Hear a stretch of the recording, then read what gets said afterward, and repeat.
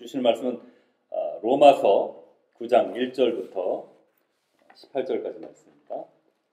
로마서 9장 1절에서 18절까지 말씀, 저와 여러분 한 절씩 같이 교독하도록 하겠습니다. 로마서 9장입니다.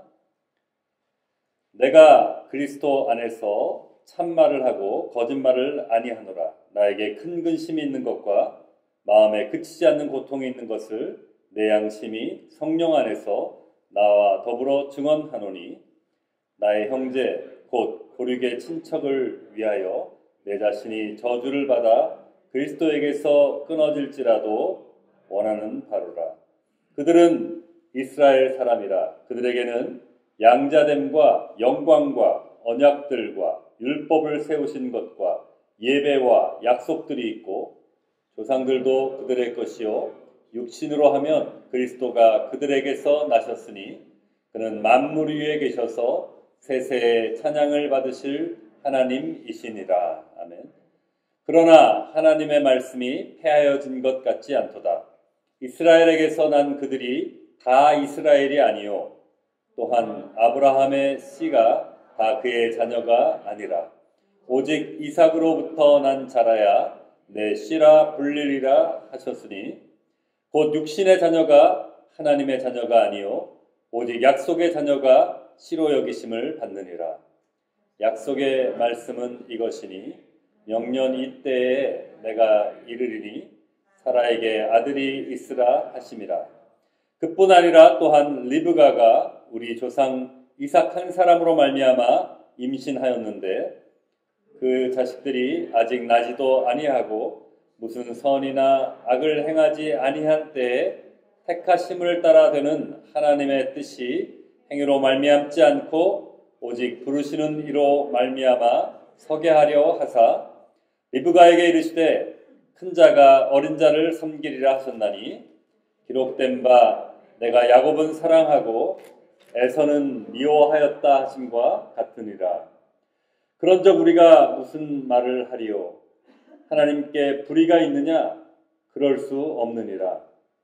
모세에게 이르시되 내가 긍휼히 여길 자를 긍휼히 여기고 불쌍히 여길 자를 불쌍히 여기리라 하셨으니, 그런즉 원하는 자로 말미암도 아니요 다른 박질하는 자로 말미암도 아니요 오직 긍휼히 여기시는 하나님으로 말미암음이니라. 성경이 바로에게 이르시되 내가 이 일을 위하여 너를 세웠으니 곧 너로 말미암아 내 능력을 보이고 내 이름이 온 땅에 전파되게 하려 함이라 하셨으니, 함께 읽겠습니다.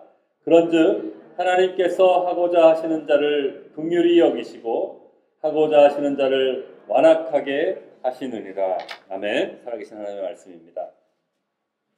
하나님, 이 주일 아침 주님의 말씀 앞에 또다시 섭니다.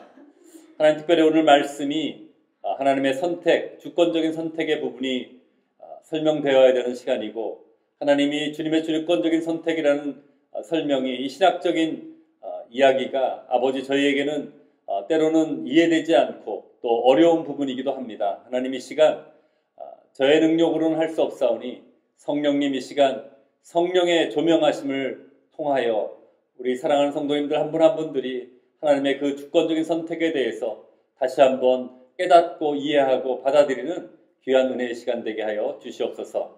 모든 영광을 주님께 올려드리며 거룩하신 예수님의 이름으로 기도드리옵나이다. 아멘. 오늘은 로마서 18번째 시간입니다. 지난주에 영원한 하나님의 사랑이라는 제목으로, 지난주가 아니죠, 2주 전이죠. 지난주는 땡스기빙이었고요. 2주 전에 영원한 하나님의 사랑이라는 제목으로 말씀을 나눴습니다. 어떤 것도 하나님의 사랑에서 우리를 끊을 수 없다. 그런 놀라운 축복의 선언을 했죠. 그죠? 로마서 8장은 전체가 다 너무나도 아름다운 축복의 장이에요.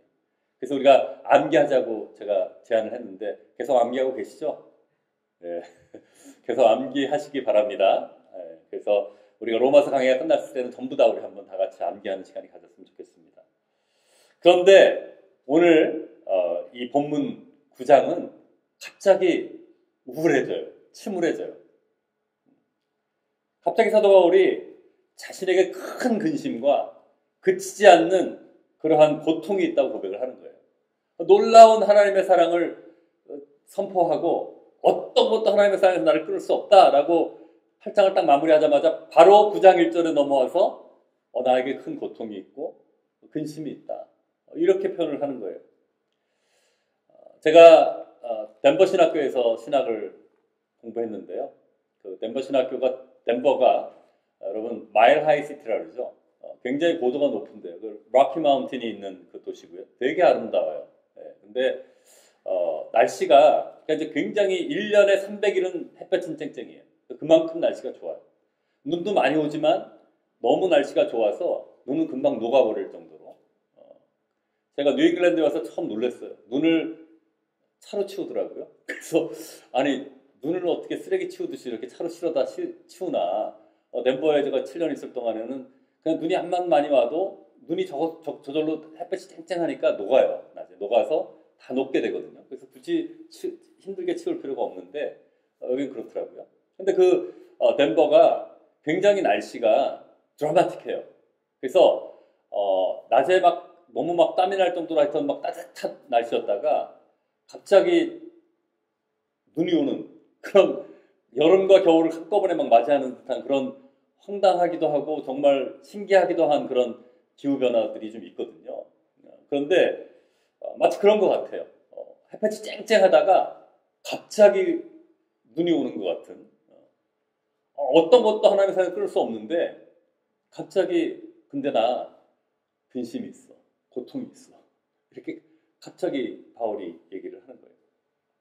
이러한 전환이 일어나는 9장부터 11장은요. 바울이 자신의 동족 이스라엘에 대한 애끓는 마음을 나누는 내용인데 사실 로마서 전체 흐름을 보면요. 우리가 지금까지 공부한 1장부터 8장까지는 교리에 대해서 정말 우리가 의롭다함을 받고 우리가 구원받고 뭐 이런 어떤 하나님이 그런 교리에 대해서 쭉 설명을 해주신단 말이에요. 바울이. 그러고 나서 사실 12장부터 16장까지가 사실 삶의 적용의 부분, 삶에 어떻게 살아야 되는가 그걸 얘기해 주거든요. 그러니까 자연적인 흐름은 1장부터 8장이 끝난 다음에 12장으로 넘어가서 그냥 이어지면 굉장히 자연스러운 흐름 같은데 그 사이에 9장부터 11장까지 이 챕터가 끼는 거예요. 그래서 일부 어떤 신학자들은 이거는 후대의 잘못이 아니라 후대에 누군가 끼워 넣었다라든가 뭐 이런 설명들을 하는 분들도 있는데요. 근데 사실은 이 9장부터 11장 말씀이 로마서에서는 없어서는 안 되는 너무나도 중요한 신학적인 것들을 담고 있는 너무너무 중요한 우리 믿는 자들이 질문할 수 있는 의문을 가질 수 있는 것에 대해서 대답해주는 굉장히 중요한 장이에요. 없어서는 안 되는 거죠. 오늘은 그 시작하는 부분으로 제가 하나님의 주권적인 선택이라는 그런 제목으로 말씀을 나누려고 합니다. 사실 하나님의 주권적인 선택은 우리 인간의 지혜로는 이해하기가 참 힘들어요. 여러분 한번 고민해 보신 적 있으세요? 하나님이 어떤 사람들은 소위 어떤 사람이 우리 먼저 이렇게 선택받은 사람들 어떤 사람들은 하나님이 선택하셔서 구원을 주세요. 근데 또 일부 어떤 사람들은 우리가 아닌 이미 믿지 않은 어떤 사람들은 하나님께서 영원한 지옥에 던져지게 내버려 두신다는 거죠. 그게 주님의 주권적인 선택이라는 카테고리 안에 들어가는 가장 요약해보면 그런 내용이거든요. 일부는 천국으로 구원받아서 가고 일부는 지옥으로 떨어진다는 거예요. 사실 우리 인간적인 입장에서 생각해보면 그게 가능한 얘기인가? 하나님이 사랑의 하나님이신데 어떻게 당신이 창조하신 모든 인간들을 다 구원하셔서 천국으로 인도하지 않으시고 왜 또 어떤 사람들은 지옥에 그냥 떨어지게 하실까? 그것 때문에 여러분 기독교 그 하나님 믿을 수 없다라고 거부하는 사람들도 있고요. 이 논란에 대해서는 아직까지도 신학적으로 많은 신학자들과 많은 사람들이 논란이 있고요. 논쟁이 있고요. 아직도 해답이 없는 부분이에요. 사실 이 질문에 대해서 제가 오늘 다루자 그러면 이 한 시간으로는 도저히 다룰 수 없는 부분이죠. 그리고 충분히 시간을 갖고 우리가 토론을 하고 모든 가지수들에 대해서 얘기를 하고 질문을 하고 대답하고 토론을 해도, 그래서 어떤 결론에 우리가 도달해도 그 결론에 대해서 우리 모두가 그래 맞아 당연히 그렇게 돼야지 그렇게 해서 받아들일 수 있는, 이해할 수 있는 그러한 주제도 아니에요. 그러나 우리가 한 가지 분명히 인정해야 될 것은 뭐냐면, 하나님은 창조주시고 우리는 지음받은 피조물이라는 거예요. 여러분, 그 얘기가 자존심이 상할지 모르겠어요. 21세기 현대를 살아가는 우리의 이 후근대주의라 그러죠. 포스트모더니즘을 살아가는 우리 인간 중심의 사고를 하는 우리 모든 사람들은 내가 모든 것을 결정하고 내가 모든 것을 주도권을 갖고 내가 주인이 돼 살아가는 것이 멋있다고 생각하는 삶인데, 하나님이 창조주시고 난 피조물이다. 그런 어떤 종속의 관계 속에서 내가 그걸 인정해야 된다는 게 별로 달가운 어떤 그런 얘기는 아니에요. 하지만 믿는 우리, 적어도 믿는 우리들 입장에서는 하나님이 피조물인 우리의 어떤 이해, 우리의 지혜로는 도저히 도달할 수 없는 한계가 있는 존재라는 것으로 인정할 수밖에 없다는 거죠. 우리가 다 이해가 가지 않더라도 하나님은 완전하시고 전지전능하신 분이라는 거예요. 그렇기 때문에 그 이해를, 우리의 인간의 이해를 넘어서는 하나님에 대해서, 그 하나님의 주권적인 선택과 하나님의 결정에 대해서 우리가 받아들일 수 있어야 된다는 거죠. 여기에 이제 우리의 갈등이 있는 거예요. 이사야 선지자는 이사야 55장에서 이렇게 얘기합니다. 우리 한번 이사야 55장 8절에서 9절까지 말씀 같이 한 목소리로 읽겠습니다. 시작. 이는 내 생각이 너희의 생각과 다르며 내 길은 너희의 길과 다름이니라. 여호와의 말씀이니라. 이는 하늘이 땅보다 높음 같이 내 길은 너희의 길보다 높으며 내 생각은 너희의 생각보다 높음이니라. 얘기를 하고 있어요. 그러니까 하나님의 생각은 나의 생각과 다르고, 그죠? 하나님의 길은 나의 길과 다르고, 하나님의 생각은 나의 생각보다 높고 완전하신 거예요. 우리가 인정하기 싫지만 그건 인정할 수밖에 없는 것이라는 거죠. 우리가 인정하든 안 하든 그게 그게 진리라는 거예요. 우리는 하나님의 뜻을 다 이해할 수 없어요. 왜 죄 없는 정말 어린아이들이 자연재해로 죽어가고, 왜 순진한 아이들이 갑자기 암에 걸려서, 혈액암에 걸려서 죽어가야 되고, 이런 이해할 수 없는 상황들이 우리 가운데 벌어지죠. 지금도 이 팬데믹 상황들이 벌어지고 있는데, 지금 전 세계에서 소위 과학자들, 의학자들, 모든 사람들이 모든 지혜를 모아서 백신을 개발하고 치료제를 개발하고 있죠. 나름대로 그걸 극복하려고 노력하고 있어요. 근데 우리가 왜 이 성에 벌어졌으며, 나름대로 우리는 뭐 중국부터 시작됐다, 뭐 여러 가지 이유들을 갖고 뭐 얘기를 하고 있죠. 하지만 왜 이런 일이 벌어졌으며, 왜 이런 상황 속에서 우리는 살아가야 되며, 이런 모든 질문들에 대해서 우리는 정확한 대답을 내어놓을 수가 없는 존재들인 것이죠. 하지만 하나님은 선하시며 우리에게 최선의 것을 주시는 좋으신 하나님이라는, 실수가 없으신 하나님, 완전하신 하나님, 그 하나님을 우리가 신뢰할 수 있다는 거죠. 그러니까 하나님은 선하시다는 것이요, 보통 이렇게 표현해요. 전선하시다. 한문으로 전선하시다. 완전하다. 정말 하나님은 완벽하게 선하시다. 그러니까 하나님 앞에서는 악을 찾아볼 수가 없는 거죠.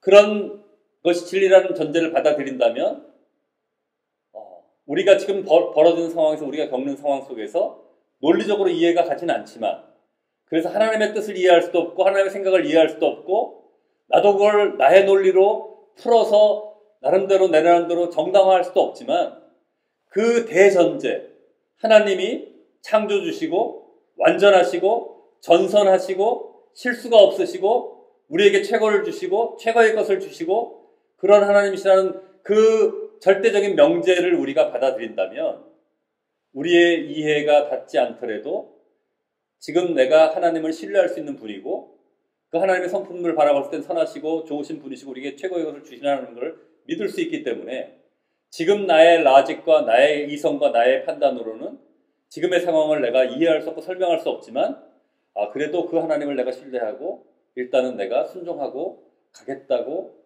갈 수 있는 그런 분이시라는 거죠.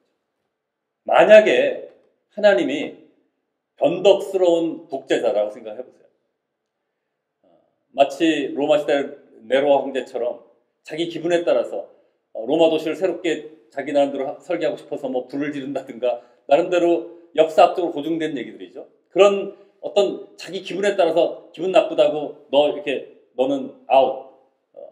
마치 북한의 독재자처럼 자기 마음에 들지 않고 자기를 위협한다 그러면 자기 이복 형제도 살해하는 그런 정말 악독하고 정말 예측할 수 없고 너무너무 악한 독재자라면 그런 존재라면 우리가 신뢰할 수 없겠죠. 그죠? 그런 독재자도 자기 멋대로 할 수 있는데 그런 독재자를 향해서는 우리가 신뢰할 수가 없는 거예요. 근데 하나님은 우리에게 가장 좋은 것을 주시는 사랑의 하나님, 완전하신 하나님, 전지전능하신 하나님이라는 거죠. 오늘 본문에 나오는 내용은 하나님의 택한 백성 이스라엘이 구원을 받지 못한다면 하나님의 약속이 폐기된 게 아니냐. 왜 하나님이 택한 백성인데 이스라엘이. 근데 그 이스라엘이 다 구원받지 못한다면은 그러면 하나님의 약속이 잘못된 거 아니냐. 하나님은 약속을 성취하지 못하는 하나님의 성품과 어긋나는 거 아니냐. 결국 하나님이 실패한 게 아니냐. 이런 질문을 제기할 수 있다는 거죠. 거기에 대한 대답을 해주고 있어요. 바울이 전도 여행을 통해서 많은 사람들을 전도했죠. 근데 여러분 바울이 전도 여행할 때 각 처음 간 도시에서 제일 처음 소위 말하는 접촉점 전도를 할 수 있는 가장 스타트 포인트를 잡았던 것이 그 도시에 만약에 회당이 있으면 제일 처음 회당을 갔어요. 그죠? 그래서 먼저 디아스포라 유대인들을 기반으로 해서 이방인을 향해서 확대해 나가는 그런 형태의 전도였거든요. 그런데 유대인들이 복음에 다 반응하지 않았던 거예요. 오히려 유대인들이 예수님을 믿지 않고 오히려 바울을 핍박하죠. 그죠? 그러니까 오히려 이방인들은 오히려 복음에 반응해서 구원받는데 정작 자기의 동족인 택한 받은 백성 이스라엘은 유대인들은 예수님을 거부하고 구원받지 못하는 거예요. 이런 상황 속에서 바울은 이제 그 자신의 동족들에 향해서 너무너무 큰 고통과 근심이 있다고 고백을 하는 거예요. 그러면서 이제 하나님의 선택의 문제를 다루게 되는 거죠. 사도 바울이 이런 유대인들은 당연히 내가 택한 백성이기 때문에 나는 무조건 구원받는다고 믿고 살았거든요. 근데 사실은 그렇지 않은 상황 속에서 그런 질문들을 할 수 있는 거죠. 하나님이 과연 하나님의 약속을 잘 성실하게 지키시고 계시는 것인가? 하나님이 정말 약속을 폐기하시고 하나님이 실패한 게 아니냐? 이런 질문을 하게 되는 거죠. 먼저 우리 1절부터 5절까지 말씀 다시 한번 한 목소리로 읽도록 하겠습니다. 시작. 내가 그리스도 안에서 참말을 하고 거짓말을 아니하노라. 나에게 큰 근심이 있는 것과 마음에 그치지 않는 고통이 있는 것을 내 양심이 성령 안에서 나와 더불어 증언하노니 나의 형제 곧 고르게 친척을 위하여 내 자신이 저주를 받아 그리스도에게서 끊어질지라도 원하는 바로라. 그들은 이스라엘 사람이라. 그들에게는 양자됨과 영광과 언약들과 율법을 세우신 것과 예배와 약속들이 있고 조상들도 그들의 것이요 육신으로 하면 그리스도가 그들에게서 나셨으니 그는 만물 위에 계셔서 세세에 찬양받으실 하나님이시니라. 아멘. 사도 바울이 고백하는 거예요. 내가 이렇게 열심히 전도하는데 오히려 이방 사람들은 반응을 하는데 나의 동족 이스라엘, 택한 백성 이스라엘들은 반응을 하지 않는다. 받아들이지 않는다. 너무 안타깝다는 거죠. 사랑하는 여러분, 여러분의 혹시 친한 직계 가족이라든가 여러분 자녀가 될 수도 있고요. 또 형제가 될 친지들, 또 아는 친구들 중에 아직 주님 모르는 사람들이 있죠. 그죠? 사랑하는 여러분, 여러분들은 그런 가족들이나 친지들을 향한, 믿지 않는 영혼들을 향한 이런 안타까움이 있으세요? 마음에 큰 고통이 있고 큰 근심이 있으세요? 한번 생각해 봐야 될 문제라는 거죠. 정말 그 구원받지 못한 영혼들을 향해서 정말 안타까운 마음으로 정말 주님을 모르면 나는 천국 가지만 저 가족들은, 저 친구들은 영원한 지옥에서 고생하게 될 텐데, 고통하게 될 텐데, 정말 말씀을 빨리 전해야지. 이런 다급함이 있느냐는 거예요. 사도 바울은 그런 마음이 있는 거예요. 바울은 자신의 동족, 그 유대인들이 구원받을 수 있다면 자기는 저주를 받아서 그리스도에게서 떨어질지라도 끊어질지라도 괜찮다는 거예요. 엄청난 선언을 하는 거죠. 그만큼 애절하고 절박하게 그 유대인들이 구원받기를 원한다는 거예요. 우리가 보통 자녀들이 아프면 그런 얘기 하죠. 너무너무 안타깝고 그래서 내가 대신 좀 아팠으면 좋겠다. 내가 대신 정말 죽었으면 좋겠다. 이런 표현을 하잖아요. 정말 이 바울은 그 동족 유대인들을 향해서 그런 안타까운 애절한 마음이 있는 거예요. 내가 저주를 받아서 예수 그리스도한테 끊어져도 그렇게 사랑하는 예수님에서 끊어질지라도 정말 우리 유대인들이 구원받을 수 있다면 난 그렇게 하고 싶다. 그렇게 표현을 하는 거예요. 그러면서 이제 바울은 자신의 동족들이 얼마나 하나님에게 정말 축복받은 존재고 그 택한 백성의 특권들, 어떤 사람들인지 자기 동족들이 그걸 여기 표현하고 있어요. 그것이 4절 5절 말씀이죠.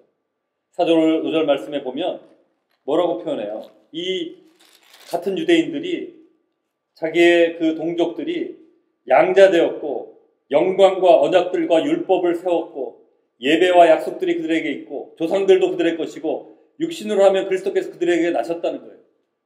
그러니까 정말 예수님 때문에 우리가 구원을 받는데 그 근원은 따져보면 택한 백성, 자신의 유대인 민족이라는 거죠. 그런 특권을 가진 그런 대단한 하나님의 택한 받은 자들이라는 거예요.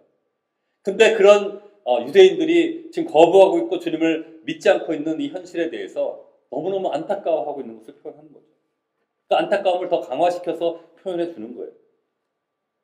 그러면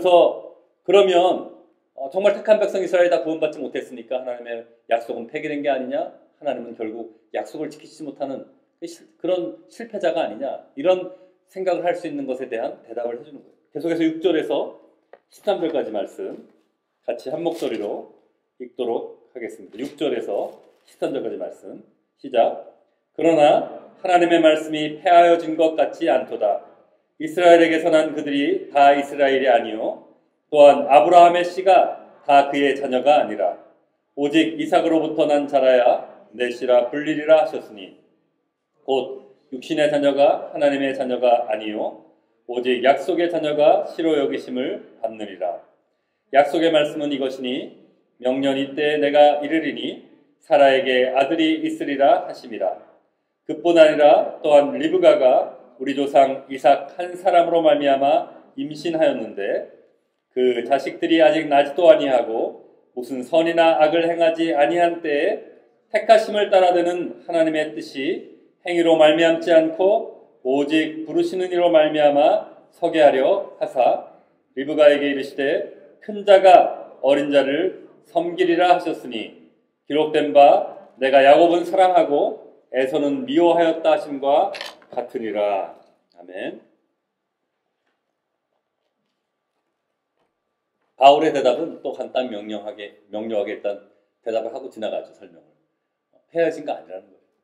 하나님이 실패하신 게 아니고 하나님이 이거를 이스라엘 민족을 전부 다 구원 못하신 지금 현재 이 상황이 하나님이 약속을 패하신 걸 얘기하는 건 아니다. 절대 그렇지 않다라고 얘기를 하죠. 비록 모든 이스라엘이 이 사도 바울이 복음을 전하는 이 시점에 다 반응하고 구원받지는 않았지만 하나님께서는 그 택한 이스라엘 중에 일부를 택하셔서 또 그걸 선택하셔서 구원하고 계시다는 거예요. 그러면서 이제 그 논리에 대해서, 그 대답에 대해서 설명을 풀어나가는데 뭐라 그래요? 이스라엘에서 난 자들이 다 이스라엘이 아니라는 거예요. 그러니까 하나님이 택한 백성, 제일 처음에 아브라함을 갈대아루에서 부르셔서 아브라함을 택하시면서 그 아브라함으로부터 정말 그 이스라엘이 이제 그 민족이 형성되게 하셨잖아요. 택한 민족이. 근데 결국은 이스라엘 민족을 택하셨는데 그 택한 이스라엘이 전부가 다 이스라엘이 아니다. 참 이스라엘이 아니다. 이렇게 얘기를 하고 있는 거예요. 그러니까 유대인의 피를 받아서 태어났는 그 혈통적, 육신적인 어떤 그 이스라엘이라 그래서 그것이 참 이스라엘이 아니다. 내가 유대인이라는 혈통을 받았기 때문에 내가 자동적으로 구원받는 것이 아니라는 거예요. 이스라엘 중에도 하나님이 택한 영적 이스라엘이 있다는 거죠. 그러면서 아브라함부터 이삭, 야곱 예를 들죠. 아브라함을 하나님이 부르셨고 그 아브라함에게서 난 자 중에서 이삭을 택하셨다는 거예요. 하나님이 약속하셨는데 아이가 생기지 않으니까 어떻게 했어요? 아브라함과 사라가 그 종 하갈에게서 이스마엘을 낳게 했죠. 그렇죠? 근데 하나님은 이스마엘을 택하지 않으셨어요. 비록 아버지가 아브라함이지만 그 아브라함의 피를 받았지만 이스마엘을 택하지 않으시고 이삭을 택하셨죠. 하나님의 주권적인 선택이라는 거예요. 그러면 이렇게 얘기할 수 있겠죠. 그래요. 뭐 아브라함에서 이스마엘과 이삭 중에서 이삭을 택한 거는 당연하다고 할 수 있어요. 비록 아버지는 같지만 어머니가 다르잖아요. 정말 하나님이 약속한 자가 사라를 통해서 주신다 그랬으니까 그건 당연히 이삭을 택하는 게 맞죠. 그거는 논리적으로 이해가 가요. 그러면 하나님의 선택은 어떤 조건에 의해서 선택되는 걸 수 있죠. 근데 그것에 대해서 우리가 이의를 제기할 수 없게 두 번째 예를 들죠. 이삭에게서 야곱을 택하는 예를 하나님이 얘기하시는 거예요. 야곱과 에서는 쌍둥이였죠. 그죠? 그리고 거기에다가 에서가 더 먼저 나왔죠. 형이죠. 똑같은 아버지 이삭과 똑같은 어머니 리브가에서 태어났어요. 근데 누구를 택했죠? 야곱을 택했어요. 거기에 무슨 조건이 있었나요? 하나님이? 뭐 엄마가 달랐나요? 뭐 야곱이 더 신앙이 좋았나요? 태에서 나오기 전부터 예언하셨잖아요. 그죠? 하나님의 주권적인 선택이라는 거예요. 그러니까 하나님의 주권적인 선택은 우리 인간의 어떤 조건은 전혀 영향을 받으시지 않는다는 거죠. 그러니까 하나님의 주권적인 선택은 하나님의 자유의지에 의해서 하나님의 자유로운 선택이세요. 그렇기 때문에 우리가 그 하나님에 대해서 왈부할 수 없다는 거죠. 우리가 이것은 하나님의 절대적인 주권에 해당하는 것이기 때문에 피조물인 우리가 그것에 대해서 이의를 제기하고 또 우리의 논리로 우리가 이해가 안 된다 그래서 하나님 거 잘못됐다, 불의하다 할 수 없다는 거예요. 여러분 들으시면서도 제가 말하는 논리를 따라오시면서 그럴듯하게 가지만 또 이해도 되고 받아들이지만 또 한편으로는 뭔가 좀 이렇게 2% 부족한 게 있죠. 그래도 이거는 뭔가 너무 일방적이지 않은가. 물론 우리가 전제하는 대전제, 하나님은 완전하시고 하나님은 창조주시고 하나님은 실수가 없으시고 선하시고 그 모든 전제 그리고 우리의 피조물로서의 한계를 인정하지만 그래도 뭔가 우리가 더 속 시원하게 동의될 수 있고 맞다 무릎을 딱 치면서 그래 그러니까 그런 거지 라고 할 수 있는 대답을 듣고 싶은 마음은 우리한테 있어요. 그게 우리의 한계죠. 우리의 한계인 거예요. 우리의 지혜와 우리의 지식으로 도달할 수 없는 한계라는 거죠. 그러니까 다시 말하면 모든 유대인들이 구원을 받지 못했기 때문에 하나님의 약속이 폐기된 것이 아니고 하나님이 실패한 것이 아니라는 거예요.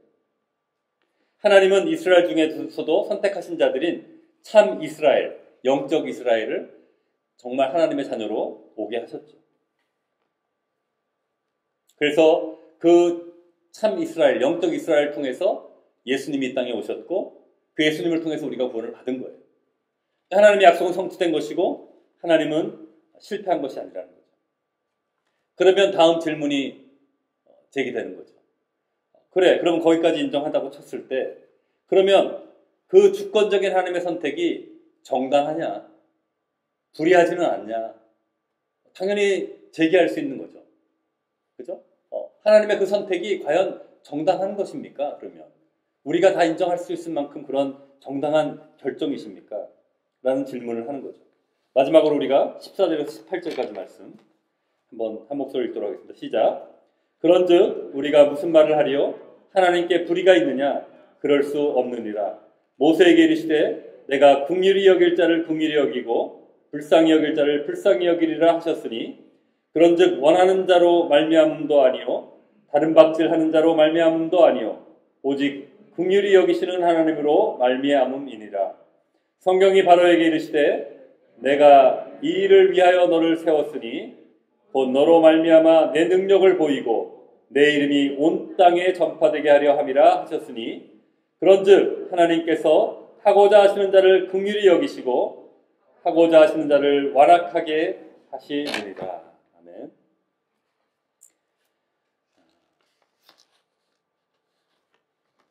정말 그러면 하나님의 절대적인 선택이, 주권적인 선택이 그럼 정당합니까? 우리가 일방적으로 우리가 받을 수밖에 없는 건데, 받아들일 수밖에 없는 건데, 그래도 그게 정당해야 되는 거 아니냐? 이렇게 질문하는 것에 대해서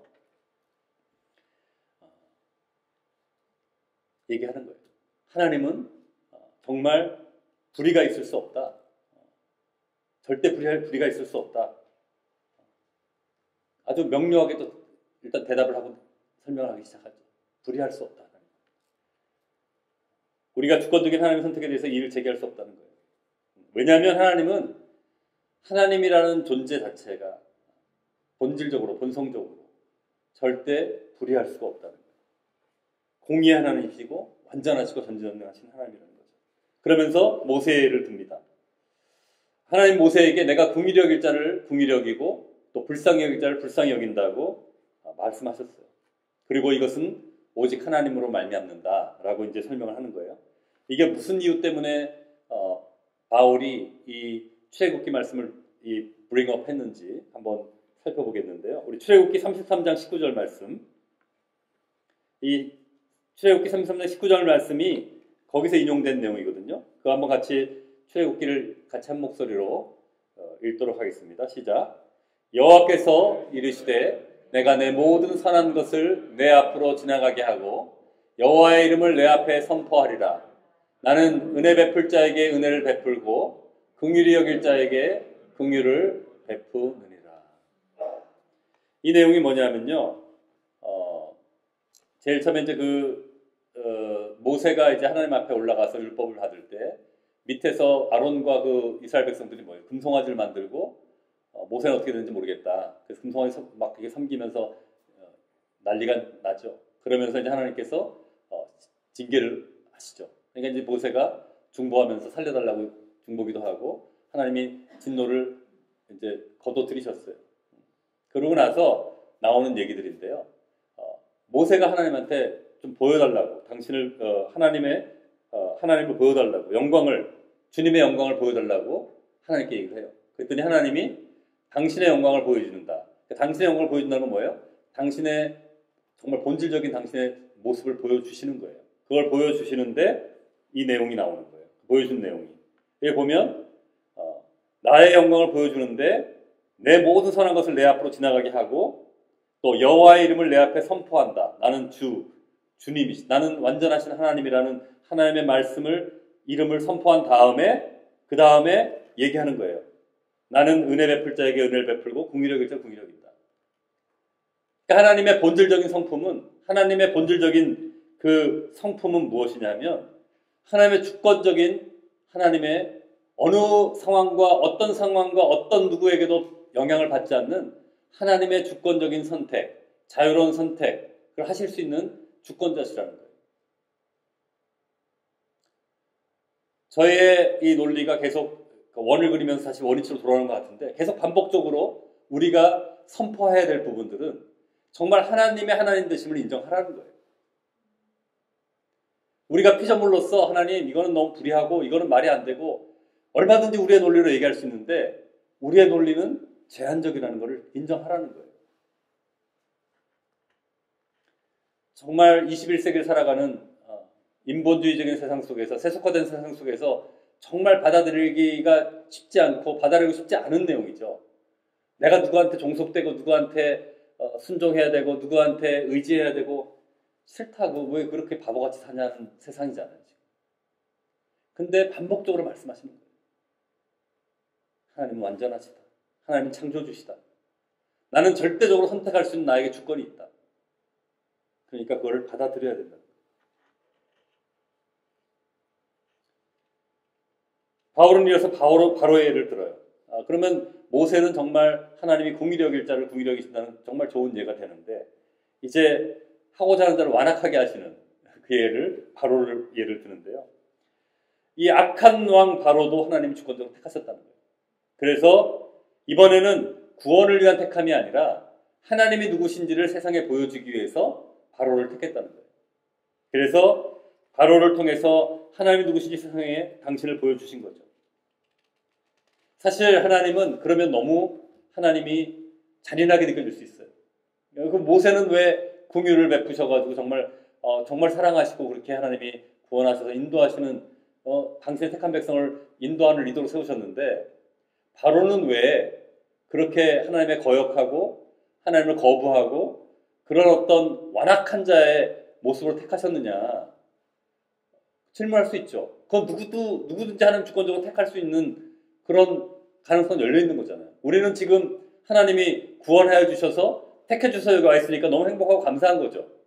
근데 우리도 역시 바로같이 하나님의 그런 완악한 자로서의 택함도 받을 수 있는 가능성은 열려 있다는 얘기를 하는 거죠.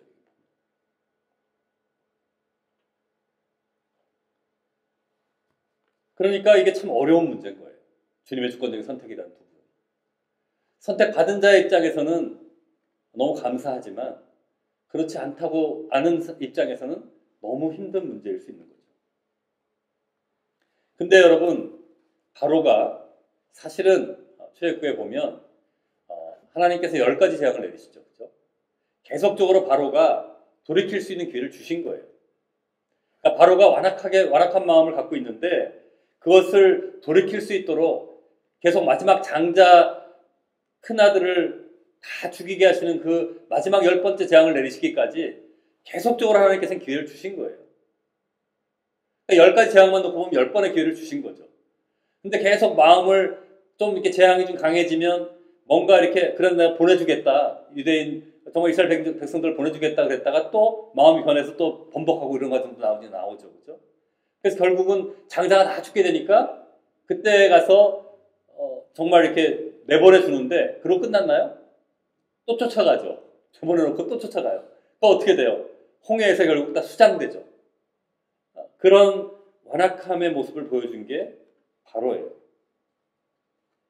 그러니까 바로는 사실은 하나님의 하고자 하는 완악하게 하는 그 예가 되긴 했지만 바로에게도 역시 정말 구원받을 수 있는 하나님께서 기회를 계속적으로 주시고 돌이킬 수 있는 길 주신 거죠. 근데 바로는 그 마음을 굳게 해서 강팍하게 해서 거부한 거죠.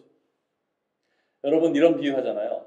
똑같이 햇빛을 봤는데, 그죠? 햇빛을 똑같이 다 봤는데 얼음은 녹지만 진흙은 굳는다 이렇게 표현을 하면서 똑같이 따뜻한 햇빛을 받아도 얼음이 녹는 것처럼 우리가 마음을 녹이고 하나님을 따라가는 사람이 있는가 하면 똑같은 햇볕을 받아도 찰흙이 굳어지는 것처럼 마음을 더 굳게 하는 사람들이 있다는 거예요.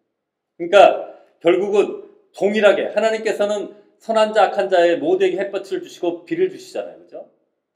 근데 그 놀라운 은혜를 받는 동일한 하나님의 사랑과 은혜를 받는 우리의 선택이 우리에게 어떻게 선택하느냐가 우리의 방향이 정해질 수 있는 우리에게 우리의 선택의 책임도 있다는 거예요. 그러니까 이게 참 어려운 신학적인 개념인 거예요. 하나님의 주권적인 선택이 있어. 거부할 수 없어요. 근데 또 하나님께서 우리에게 다가오셨을 때 우리에게 자유의지를 주셔서 그걸 거부할 수 있고 우리가 받아들일 수 있는 그런 자유의지도 있는 거예요. 이 두 가지 같이 공존하는 거예요. 그러니까 이게 어려운 거예요. 생각하기. 그러니까 계속적으로 논쟁이 있는 거죠. 하지만 다시 한번 원점으로 들어서 우리가 오늘 반복적으로 얘기하고 있는 하나님은 창조주시다. 하나님께서 우리를 창조하셨다. 우리는 피조물이다. 그 하나님께서 자유롭게 어떤 영향도 받지 않고 선택하실 수 있는 주권적인 선택에 하나님의 그러한 자격이 있으시고 권리가 있으시다. 그런데 그 하나님의 주권적인 선택에 대해서 우리는 때로는 의심도 가고 이해가 되지 않지만 그걸 받아들일 수 있는 것은 하나님이 정말 변덕스러운 폭군과 같은 독재자가 아니고 하나님은 전선하시고 전지하시고 전능하시고 실수가 없으시고 모든 것을 아시는 좋으신 하나님이시기 때문에 그 하나님의 주권적인 선택에 대해서 우리의 인간의 이해로는 때로는 이해가 되지 않지만 그거를 우리가 받아들일 수 있어야 된다. 말씀을 정리하겠습니다.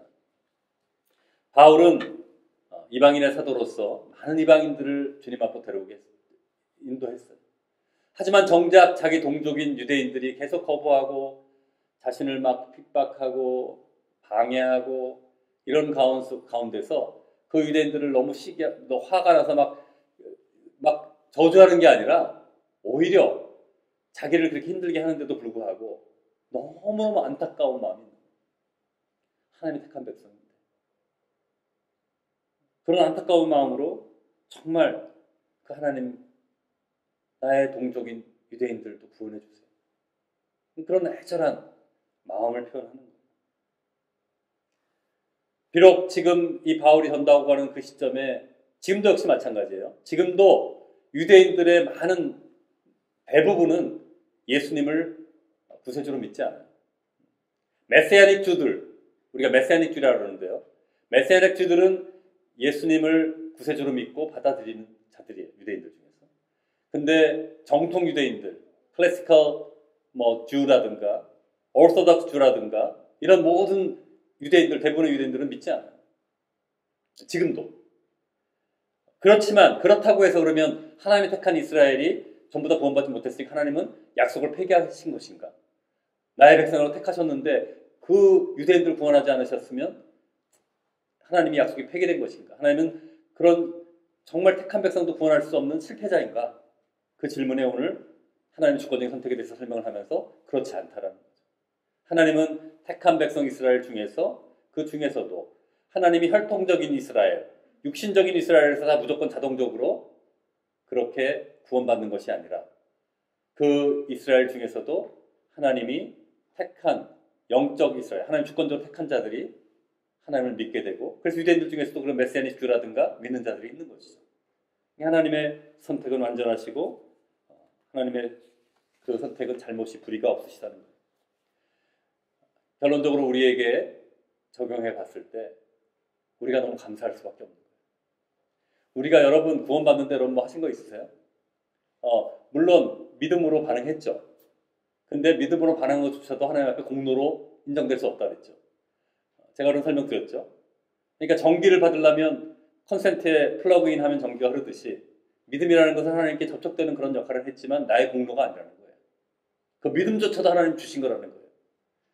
그렇기 때문에 우리의 그 절대적인 주권적인 우리가 선택받은 우리는 감사하고 춤을 추고 뛸 수밖에 없다라는 거예요. 우리는 그냥 영원한 멸망에 갈 수도 있었다니까요. 바로처럼. 근데 하나님이 주권적으로 우리를 선택해 주셨어요. 왜 선택했는지 우리는 몰라요. 그거는. 근데 우리는 선택을 받았어요. 하나님의 주권적인 선택으로 우리를 구원해 주셨어요. 뭘 더 바랄 것이 있냐는 거죠. 영원한 천국이 우리 앞에 보장이 되어 있는데 이제 감사할 수밖에 없는 거예요. 하나님 내가 이랬으니까, 내가 새벽기도 열심히 나왔으니까, 하나님 내가 열심히 하나님 사역했으니까, 하나님 내가 헌금 열심히 했으니까 그런 공로가 아무런 공로가 될 수 없다는 거예요. 하나님은 그런 모든 것을 우리가 하기 전에 이미 우리를 선택하셨다는 거예요.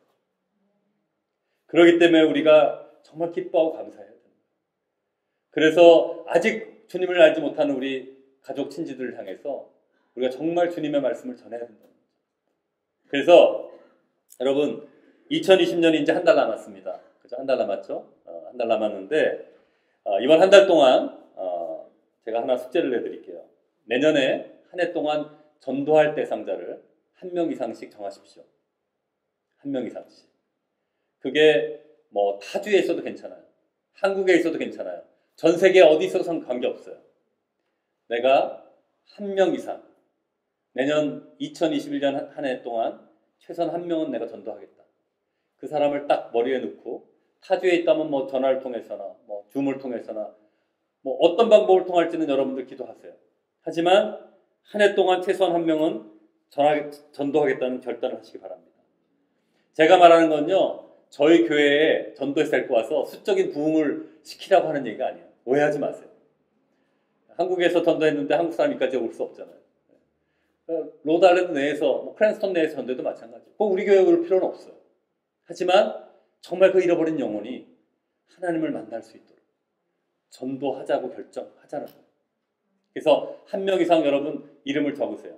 그래서 그 사람을 놓고 내년 1년 동안 지속적으로 기도하고 전하고 해서 내년 우리가 이맘때쯤 됐을 때 그 전도한 결과를 우리가 하나님께 올려드리고 영광을 돌리는 시간을 가졌으면 좋겠습니다.